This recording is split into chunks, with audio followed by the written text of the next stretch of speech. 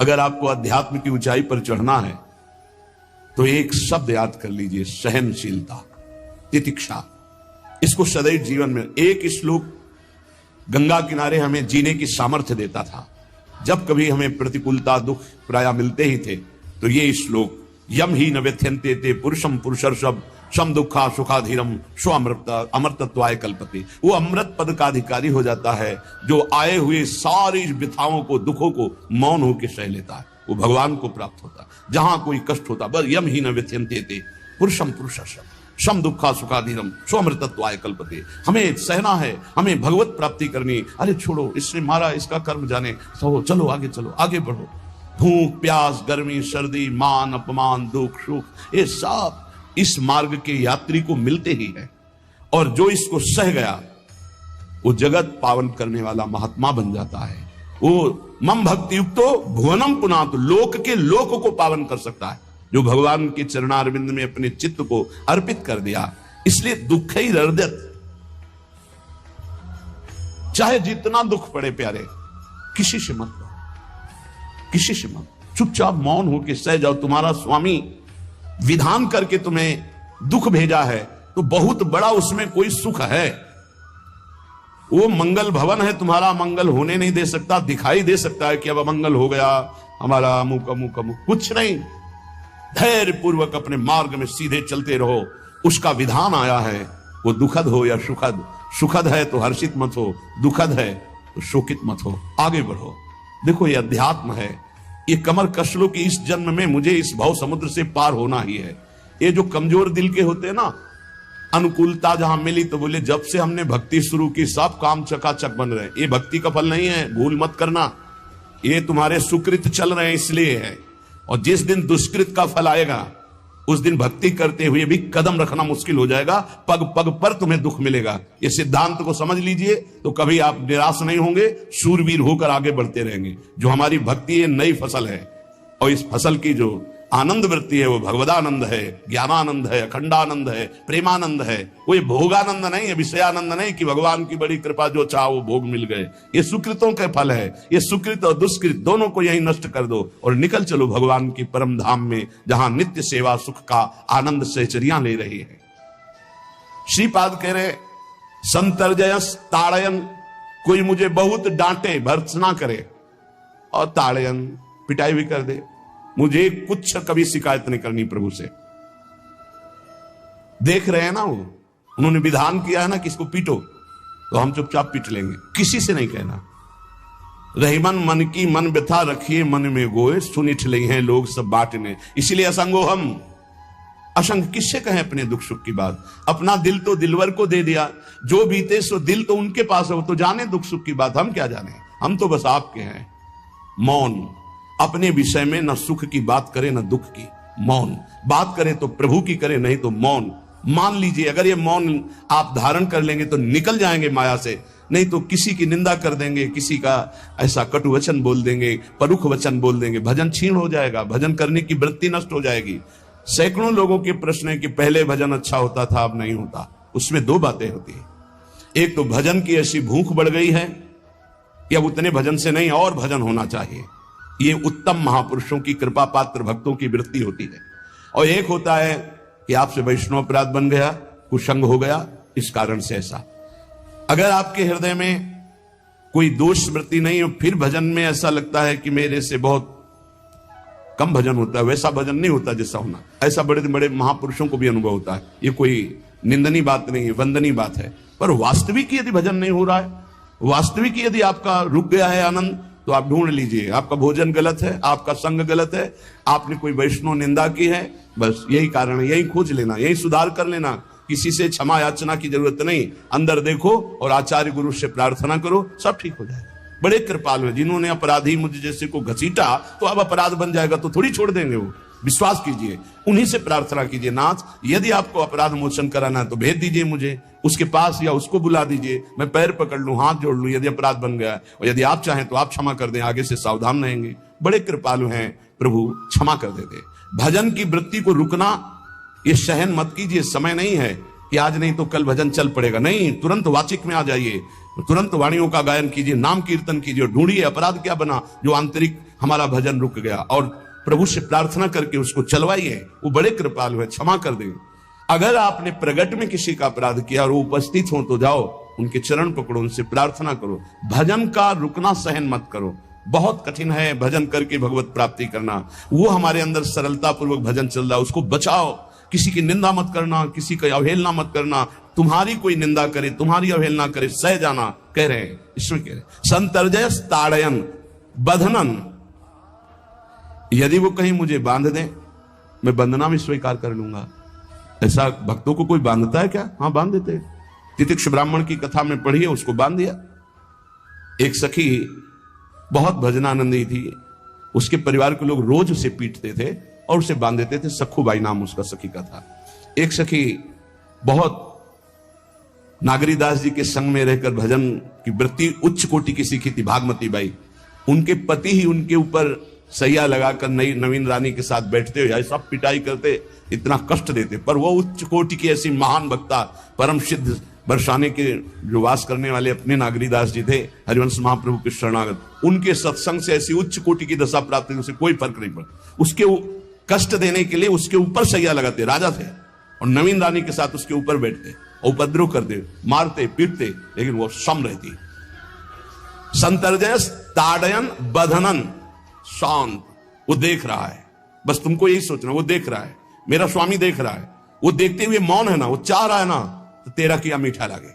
बस बात समझ लो, इतना तो बहुत बड़ी वस्तु प्राप्त होगी, बहुत बड़ी। एक मिट्टी जब कुम्हार को अर्पित हो जाती है तो पीट पीट कर एक छोटा राई भर भी दाना नहीं रहने देता, क्योंकि राई भर भी अगर दाना रहा वहीं से मटकी फूट जाएगी, राई भर भी अहंकार रहा वहीं से भक्ति रस निकल जाएगा।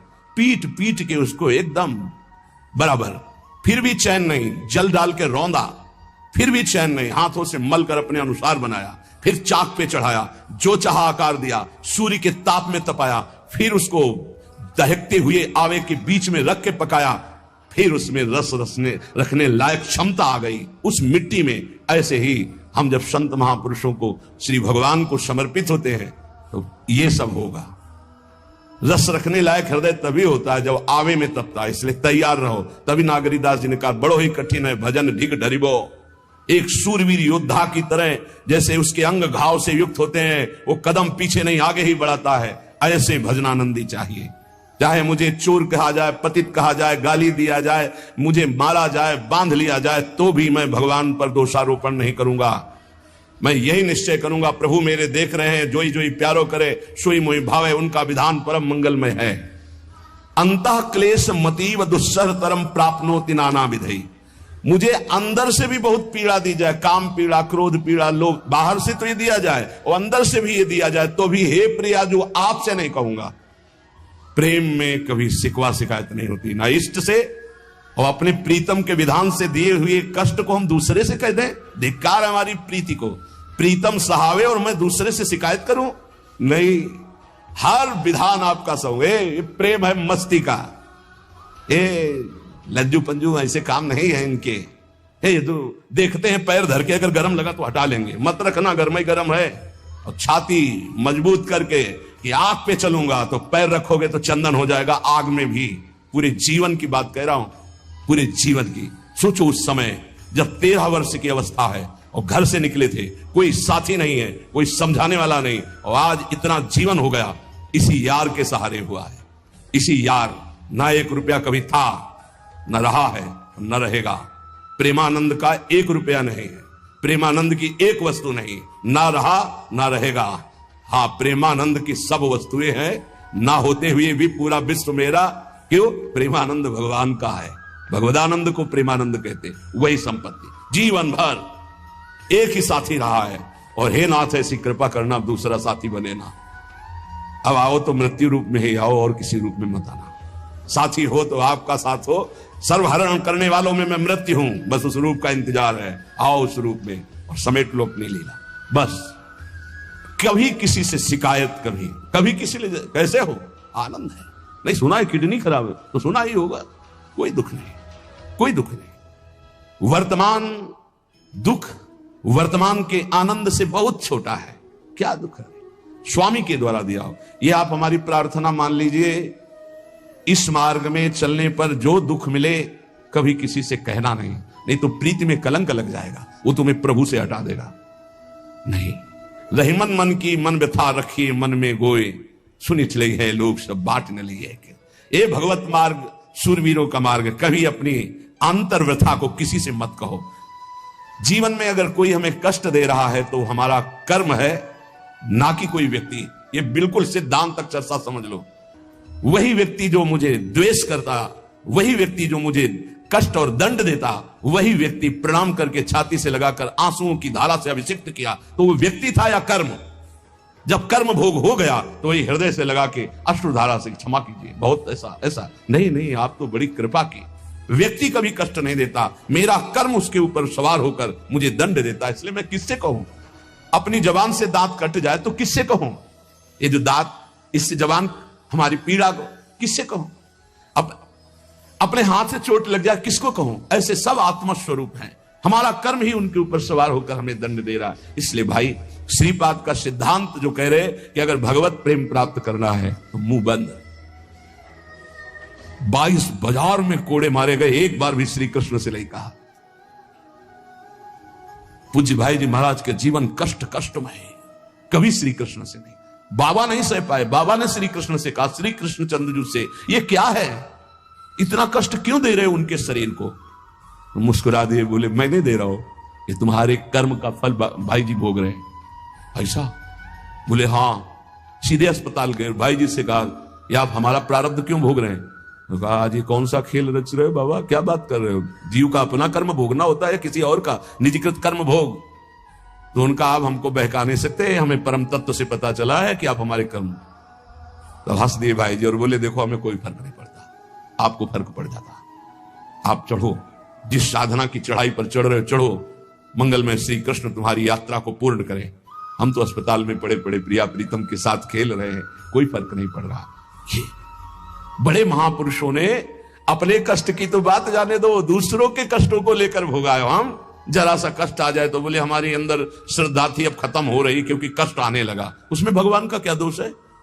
वो तो बड़े कृपालु हैं कि ऐसे पापात्मा होने पर भी मुझे महात्माओं का संग दिया, धाम का वास दे रहे, नाम जपवा रहे। अब हमारे पूर्व प्रारब्ध हमें कष्ट दे रहे हैं, इस समय भी वो हमें दुलार कर रहे हैं। जीव समझता नहीं, केवल दोषारोपण भगवान और भगवत मार्ग पर कर देता है। इसलिए उपासक को अंतः क्लेश मतीव दुस्सहतरम, ये जो आप काम क्रोध से जल रहे हो ना, ये तपस्या है, इसका बहुत बड़ा लाभ मिलेगा। और अगर भोग रहे हो ना, गिर रहे हो, पतित हो रहे हो, तो वो सुख नहीं, वो शांति नहीं, वो विश्राम नहीं। तो एक बात ध्यान रखना, इस शब्द को याद रखना। ऐसे रहने पर भी हमारे द्वारा जो भी वो हमारे स्वामी ऐसे लेते हैं, जन अवगुण प्रभु मान न काऊ, दीन बंधु अति मृदुल स्वभाव। कल शाम के पूज्य परमहंस राम मंगलदास जी की वाणी का चिंतन हो रहा था, कह रहे कि जो 30 मिनट भगवान नाम कीर्तन कर लेता, मेरी बात पर विश्वास रखना, हो उसको भगवत प्राप्ति होगी। 24 घंटे में 30 मिनट नाम कीर्तन कर लेता है और अन्य समय विस्मरण रखता है, तो 30 मिनट का नाम कीर्तन उसे भगवत प्राप्ति करा देगा। तुम्हें जो पाठ प्रिय हो 30 मिनट पाठ कर लोगे, भगवत प्राप्ति हो जाए कर लो। और बहुत पहुंचे हुए महापुरुष जिनके चरणों में अपार श्रद्धा है, आप लोग तो रात दिन लगे, आपको भगवत प्राप्ति नहीं होगी। चूक हो जाएगी तो जन अवगुण प्रभु मान न काऊ, दीन बंधु अति मृदुल स्वभाव। अग्नि की ज्वाला के समीप रुई का पहाड़ कितनी देर टिकेगा? कितनी देर टिकेगा? उसके ताप में झुलस जाएगा। ये अग्नि की ज्वाला है भगवान नाम कीर्तन, भगवत यश गुणगान। तो जैसे किसी को लगे कि वो नाम जब भी करता है वो रुचि पूर्वक पाप करता है, असंभव। नाम जापक रुचि पूर्वक पाप कर ही नहीं सकता, उसका हृदय जलेगा। पक्का आप जप करके देख लीजिए, आप जप कीजिए नाम और फिर आपसे पाप जब बनेगा तो आप फिर हालत अपनी देख लीजिएगा, बार बार हृदय जलेगा, नहीं नहीं नहीं।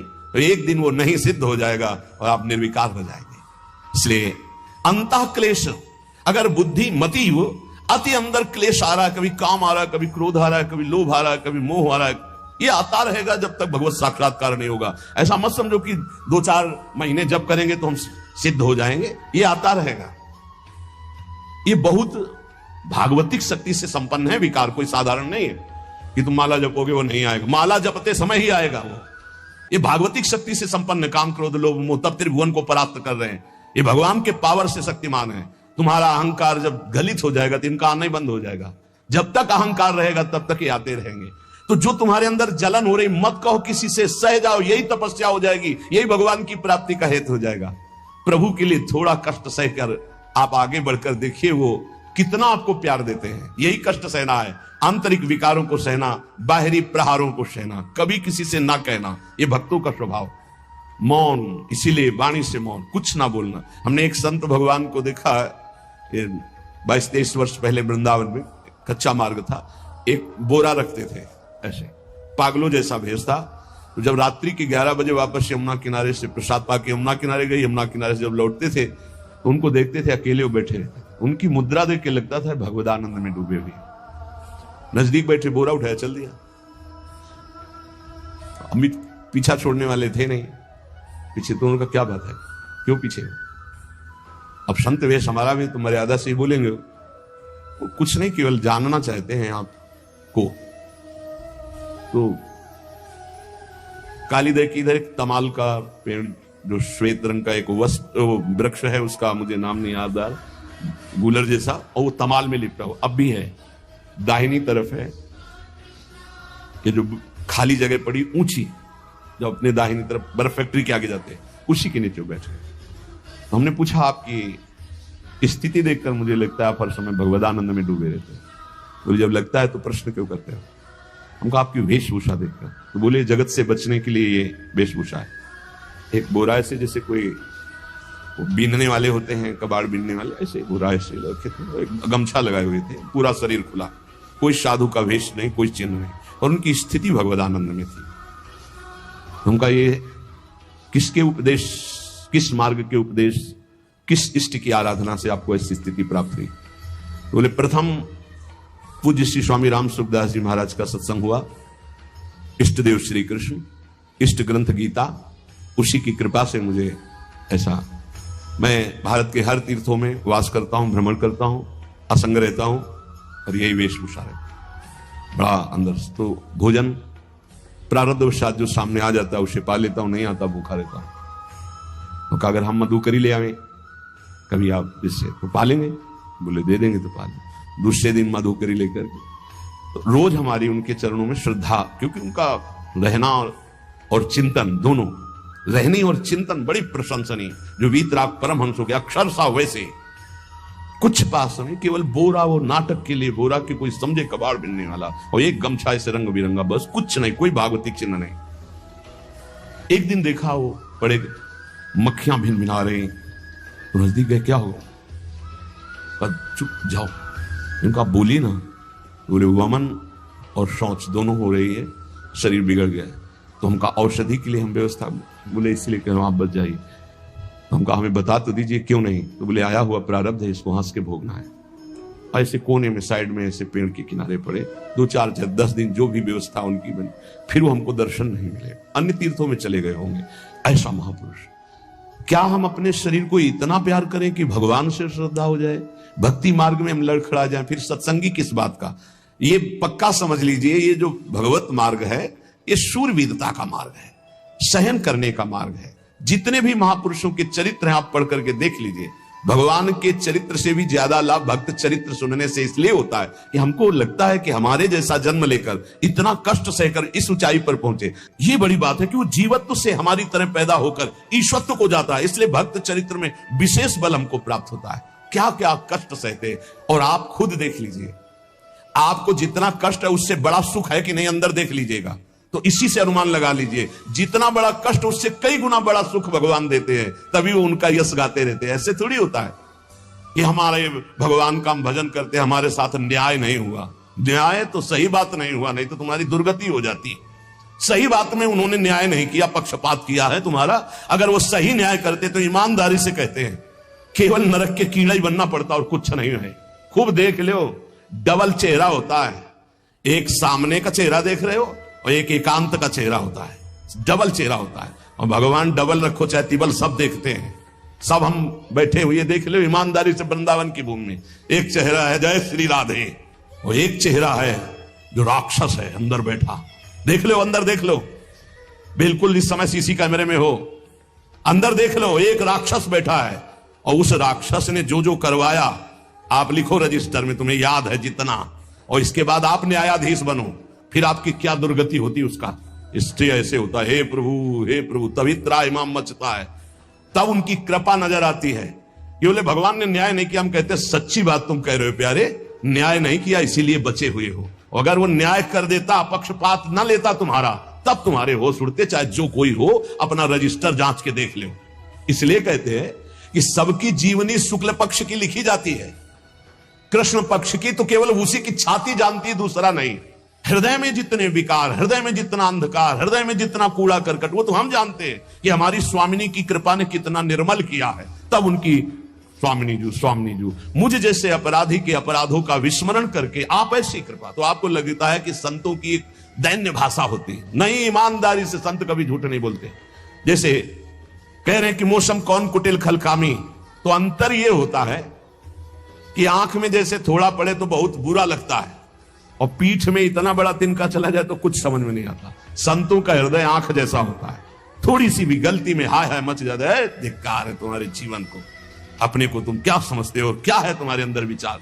और जो मलिन अंतःकरण वाला था, भारी भारी पाप करके भी उसको पश्चाताप नहीं होता। संत जनों को एक पाप की जरा सी वृत्ति की आभास स्फुरना, वो पूरा पाप नजर आने लगता है उनको, क्योंकि इतना निर्मल हृदय होता है। तो सच्ची कहते हैं कि जैसे घोड़ों की लगाम पकड़े हुए श्री कृष्ण अर्जुन की बैठे हैं, ऐसे अपने भक्तों की लगाम पकड़कर बैठ जाते हैं, तो यात्रा अध्यात्म की ऊंचाई की चलती, किसी की सामर्थ्य नहीं। इसलिए सब भक्त ऐसे तो आपको मिलेंगे। जहां सामर्थ्य की बात है वहां केवल श्री भगवान की कृपा है। इसलिए बाहर की पीड़ा और अंतर की पीड़ा अपने प्रीतम के द्वारा दी हुई मानकर सह जाओ, तो आगे प्रीतम तुम्हारा स्वागत करने के लिए खड़े, पक्का समझ लेना, पक्का। और वो देंगे ये पीड़ा, क्यों देंगे? इसी पीड़ा में पता चलता है कि तुम्हारे मन की सुई किधर जा रही। प्रताप राय जी महाभागवत थे, बड़ा चरित्र है। उनके यहां एक व्यापार चलता था कुल परंपरा से कि आपको अगर रुपए की जरूरत है तो आप अपना स्वर्ण आभूषण या कुछ रख जाइए गिरवी, और रुपया ले जाइए, और ब्याज से तो रुपया दे जाइए, अपने मूल गिरवी ले जाइए जो रख के गए हो। यही उनकी कुल परंपरा से था। तो उसी के आधार पर वो कुल परंपरागत कर्म कर रहे थे, निरंतर नाम जब भगवत आराधन में मगन। अब नाम जब भगवत आराधना और ईमानदारी से कार्य, तो बड़ा सब खूब धन संपत्ति, बहुत आनंद, और भक्तजनों के खूब भोजन होते, भंडारे होते। तो जो चिढ़ने वाले जलने वाले लोग हैं वो जलते थे कि करता तो ये कुछ है नहीं, खूब जय जय मच रही है चारों तरफ, इसको नष्ट किया जाए। ये किसने बीज बोया? अरे बोले दुष्ट स्वभाव ने। नहीं नहीं नहीं नहीं, भगवान ने। किनको हुस्काया? डंडे को। क्यों? अब झंडा फहराओ मेरे भक्त के यश का। उनके हृदय में जलन हुई। वहां का काजी और मिल गए 3 लोग, और उन्होंने कहा कि इसको नष्ट किया जाए। बोले बस आप सहयोग दो, नष्ट तो पक्का। बोले कैसे? बोले प्लान तो सब हमारा बन गया है।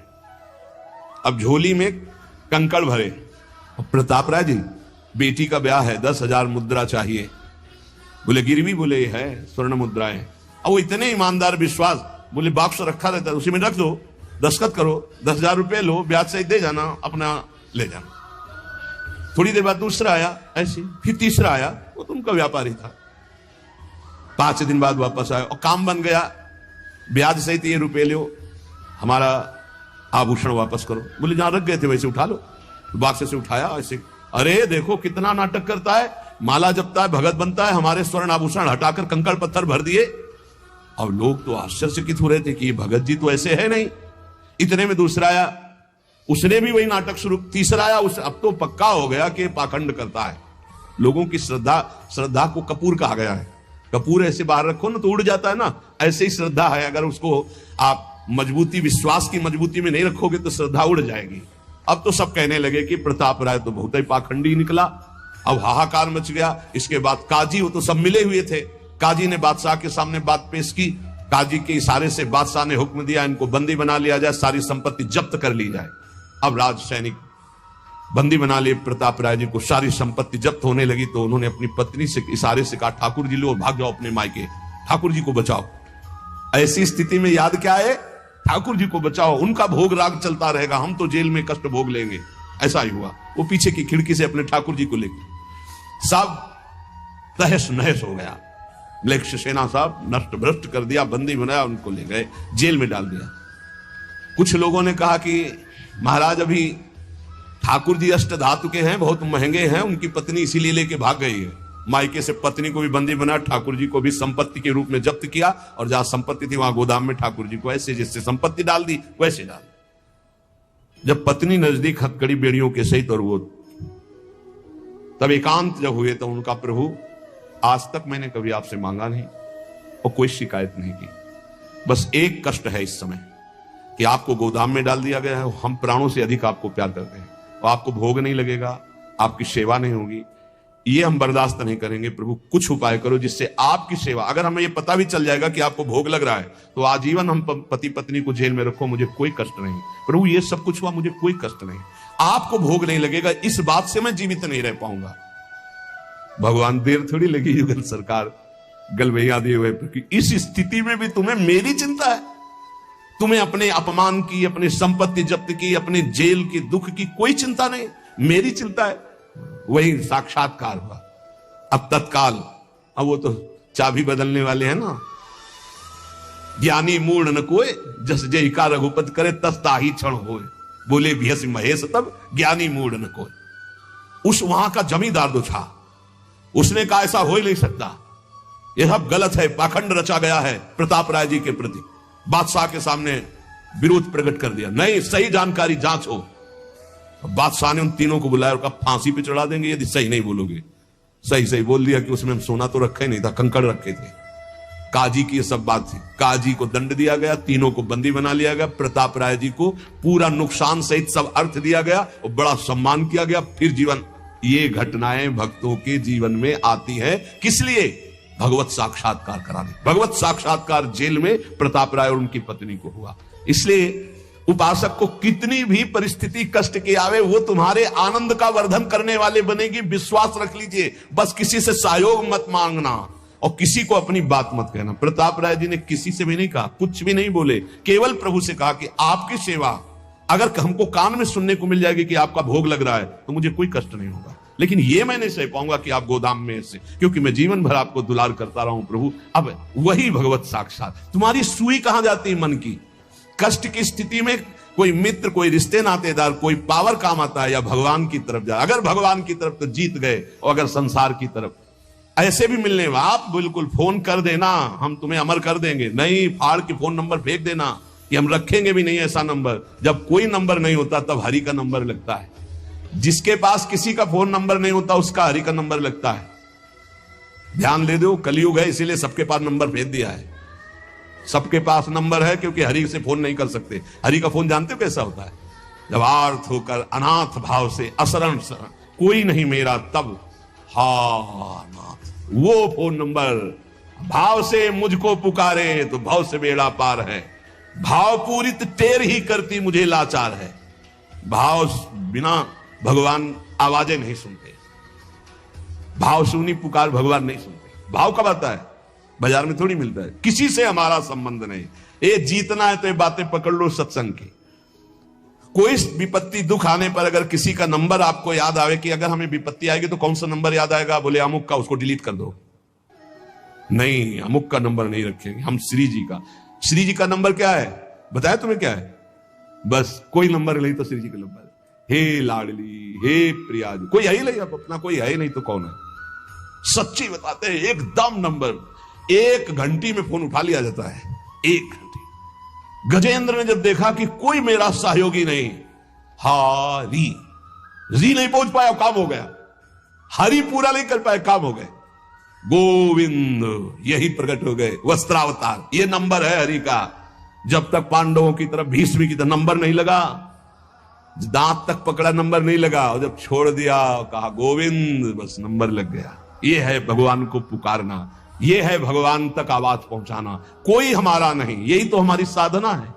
और यहां मां नंबर लिखे चले जा रहे हैं, व्यवहार बनाए चले जा रहे हैं, डायरी बनाए चले जा रहे हैं, इतने नंबर। अरे ये सब क्या करोगे? ये सब नरक पहुंचाएंगे नंबर। एक केवल हो हरि शरणम, बस सब काम बन जाएंगे। बोले नहीं, सहयोग होता है। इससे क्या सहयोग होता है? अगर बात बिगड़ जाए तो अंग रक्षक सूट कर देता है, और कौन अंगरक्षक ही सूट कर देता है। अगर वो चाबी बदल जाए ना तो रक्षक ही भक्षक बन जाता है। किससे रक्षा चाहते हो?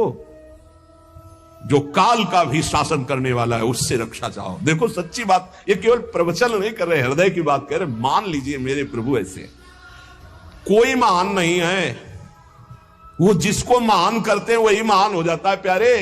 ऐसे हाथ हटा ले तो सब हान ही हान है, कोई महान ही नहीं है, महान नहीं। वो हटा ले तो बस उन्हीं से महान है। सच्ची कहते हैं उन्हीं से बहाल है। दबी बात खुल जाए तो असलियत समझ में आ जाए। और वो जानते हैं, और वो जानते हुए हमें नमस्कार करवा रहे, प्रणाम करवा रहे, भोजन दिला। अरे जय बोलो उनकी। हमारे साथ भगवान ने क्या किया? अरे तुमने भगवान के साथ क्या किया? कितनी कृपा की भगवान ने। इतने अपराध का दंड जानते क्या होता है? पूरा जीवन बर्बाद हो जाए। और यहां पूरे जीवन अपराध कर रहे हो, जीवन आबाद किए हुए हैं ऐसे प्रभु के प्रति। ये हम इसलिए कह रहे हैं, जो कहते हैं ना हमारी भगवान पर श्रद्धा नहीं रह गई, तो तुम्हारे ऊपर हमारी श्रद्धा नहीं रह गई। देखो ना कहां श्रद्धा लायक हो तुम, क्या हो तुम। ये हम असलियत कह रहे हैं। ऊपर से चिकना चुपड़ा, अंदर से सब गंदा होता है। भगवान बचावे, नहीं तो मना खष्टान इंद्रियाणी प्रकृति स्थान कर सती। दुर्गति वाले काम होते हैं, दुर्गति वाले।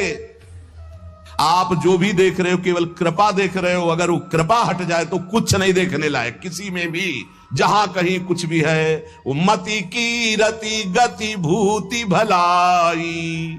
जब जेहि जतन जहां जेहि पाई, सो जानो सत्संग प्रभाव।